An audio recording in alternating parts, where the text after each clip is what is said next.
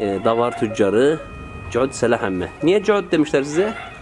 Dedemiz tavlumuş, göğüt gümüş. He. Göğüt kalmış. Adımız şimdi Göğüt. Cuud he. Zamanla Cuud Salah olmuş. He. He. Çanlar kaç senelik çanlar acaba? Bir 50 senelik. 50 senelik. 50 senelik. 100 Babadan dededen mi kalma yoksa sen mi topladın? Vallahi dedemden. Hepsi. Babadan dededen. Nedir mesela şu sağ elindeki büyük olan? Bu gırga.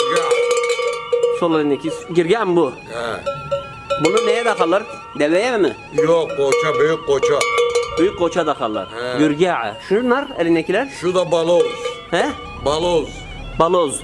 Onu da mı mirya takarlar? Bunu tekemir yağı takarlar. Teke mirya. He. Hı, şu elindeki? Bu da gırga. Küçüğü biraz. He, gürga'nın küçüğü. He. Bu kaç kilo ağırlığında? Bunu hayvan nasıl kaldırıyor?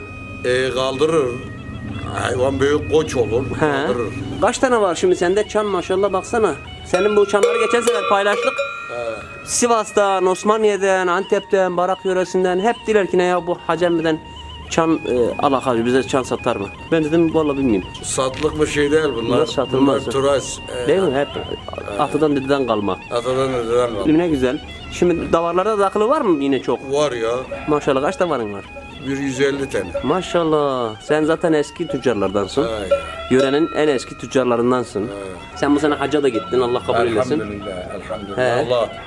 Allah herkese nasip etsin ya Rabbi. Amin. Çobanlarda bir tutkudur. Yani bu çobanlar bu çana hayranlar onun sesine. Sen bu çan sesini duyunca nasıl bir sende bir şey oluyor? Bu davarı sürüyü toplamak için yani. Onu bileyim. Onu bileyim de. He. Bu çobanlar, davar tüccarları, davarla yani meşgul olan kişiler hep bu çanları severler. Bunun çanın sesi genelde bir neşe verir. Sana da neşe vereyim bunun sesi. Ya nasıl ya? Neşe vermese zaten beslemem takmam ki koçlara. He. Sen de neşe alıyorsun değil mi bunlardan? Hey ya nasıl ya? Hele de bu gürgealer çok güzelmiş. Bak bak çok çektim ben köylerde. Bir sende var bu kadarı. Bir de Hamı Mustafa'da var. He.